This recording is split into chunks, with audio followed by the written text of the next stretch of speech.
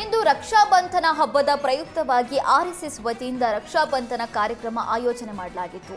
ಕೇಂದ್ರ ಸಚಿವ ಪ್ರಹ್ಲಾದ್ ಜೋಶಿ ಹಾಗೂ ಶಾಸಕ ಮಹೇಶ್ ತೆಂಗಿನಕಾಯಿ ಭಾಗಿಯಾಗಿ ರಾಖಿ ಕಟ್ಟಿಸಿಕೊಳ್ಳುವ ಮೂಲಕ ಸಹೋದರತ್ವ ಬಾಂಧವ್ಯದ ಸಂದೇಶ ಸಾರಿದರು. ಹುಬ್ಬಳ್ಳಿಯ ವಾಸವಿ ಮಹಲ್ನಲ್ಲಿ ಆಯೋಜನೆ ಮಾಡಿದ್ದ ಕಾರ್ಯಕ್ರಮದಲ್ಲಿ ಡಾಕ್ಟರ್ ಕಿರಣಾ ಕಂಠಿ ಹಾಗೂ ಆರ್ಎಸ್ಎಸ್ ಪ್ರಚಾರ ವಿಭಾಗದ ಪ್ರಮುಖರಾದ ಅರುಣ್ ಕುಮಾರ್ ಭಾಗಿಯಾಗಿ ರಕ್ಷಾಬಂಧನ ಆಚರಣೆ ಕೇವಲ ಸಹೋದರ ಸಹೋದರಿಯರ ಬಾಂಧವ್ಯಕ್ಕೆ ಸೀಮಿತವಾಗಿರದೆ ಸಮಾಜದ ಎಲ್ಲಾ ವರ್ಗಗಳ ಜನರನ್ನ ಒಗ್ಗೂಡಿಸುವ ಗುರಿಯನ್ನ ಹೊಂದಿದೆ ಅಂತ ಅಭಿಪ್ರಾಯಪಟ್ಟರು.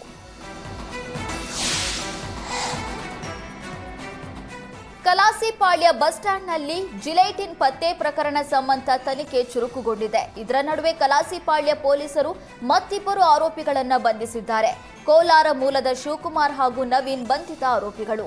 ಜುಲೈ 23ರಂದು ಕಲಾಸಿಪಾಳ್ಯ ಬಸ್ ನಿಲ್ದಾಣದಲ್ಲಿ 6 ಜಿಲೆಟಿನ್ ಹಾಗೂ 12 ಡಿಟೋನೇಟರ್ಗಳು ಪತ್ತೆಯಾಗಿತ್ತು. ತನಿಖೆ ಆರಂಭಿಸಿದ ಪೊಲೀಸರು ಈವರೆಗೆ 5 ಮಂದಿಯನ್ನ ಬಂಧಿಸಿದ್ದಾರೆ. ಕೋಲಾರದಿಂದ ಜಿಲೆಟಿನ್ ಡಿಟೋನೇಟರ್ ತಂದು ರಾಜ್ಯದ ಬೇರೆ ಬೇರೆ ಭಾಗಗಳಲ್ಲಿ ಮಾರಾಟ ಮಾಡಲಾಗ್ತಾ ಇತ್ತು ಎಂದು ತನಿಖೆ ವೇಳೆ ಗೊತ್ತಾಗಿದೆ.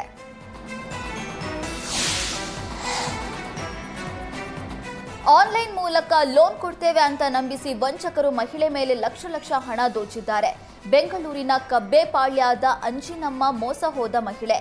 ಅಂಜಿನಮ್ಮಗೆ ಕರೆ ಮಾಡಿದ ವಂಚಕರು ಬ್ಯಾಂಕ್ನಿಂದ ಕರೆ ಮಾಡ್ತಿದ್ದೀವಿ, ನಿಮ್ಮ ಸಿಬಿಲ್ ಸ್ಕೋರ್ ಚೆನ್ನಾಗಿದೆ, ನಿಮಗೆ 5 ಲಕ್ಷಕ್ಕೂ ಅಧಿಕ ಲೋನ್ ಕೊಡ್ತೀವಿ ಅಂತ ನಂಬಿಸಿದ್ದಾರೆ. ನಿಮ್ಮ ಚೆಕ್ ರೆಡಿಯಾಗಿದೆ ಅಂತ ನಕಲಿ ವಿಡಿಯೋ ಕೂಡ ತೋರಿಸಿದ್ದಾರೆ. ಬಳಿಕ ಲೋನ್ ಪ್ರೊಸೆಸಿಂಗ್ ಚಾರ್ಜ್ ಹೆಸರಲ್ಲಿ ಮಹಿಳೆಯಿಂದ ಲಕ್ಷಾಂತರ ರೂಪಾಯಿ ಹಣ ಹಾಕಿಸಿಕೊಂಡಿದ್ದಾರೆ. ಹಣ ಕೈ ಸೇರ್ತಾ ಇದ್ದಂತೆ ಮೊಬೈಲ್ ಅನ್ನು ಸ್ವಿಚ್ ಆಫ್ ಮಾಡಿ ವಂಚಕರು ಎಸ್ಕೇಪ್ ಆಗಿದ್ದಾರೆ. ಅನುಮಾನಗೊಂಡ ಬ್ಯಾಂಕ್ ಬಳಿ ಹೋಗಿ ವಿಚಾರಣೆ ಮಾಡಿದಾಗ ಸೈಬರ್ ವಂಚನೆ ಬೆಳಕಿಗೆ ಬಂದಿದೆ. ಈ ಸಂಬಂಧ ಸೋಲದೇವನಹಳ್ಳಿ ಪೊಲೀಸ್ ಠಾಣೆಯಲ್ಲಿ ದೂರು ದಾಖಲಾಗಿದೆ.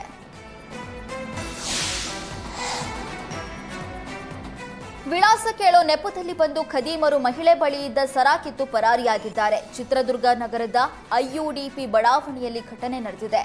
ಮಹಿಳೆ ನಿವೇತಾ ಎಂಬುವರ ವಾಯುವಿಹಾರಕ್ಕೆ ತೆರಳಿದ್ದಾಗ ಸ್ಕೂಟಿಯಲ್ಲಿ ಬಂದ ಕಳ್ಳರು ಅಡ್ರೆಸ್ ಕೇಳೋ ನೆಪದಲ್ಲಿ ಮಹಿಳೆ ಮಾತನಾಡಿಸ್ತಾ ಮಹಿಳೆ ಕತ್ತಲ್ಲಿದ್ದ ಚಿನ್ನದ ಸರವನ್ನ ಕಿತ್ತು ಕ್ಷಣಾರ್ಧದಲ್ಲಿ ಪರಾರಿಯಾಗಿದ್ದಾರೆ.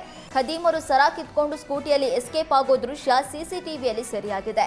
ಘಟನಾ ಸ್ಥಳಕ್ಕೆ ಬಡಾವಣೆ ಠಾಣೆ ಪೊಲೀಸರು ಭೇಟಿ ನೀಡಿದ್ದು ಆರೋಪಿಗಳ ಪತ್ತೆಗೆ ಮುಂದಾಗಿದ್ದಾರೆ.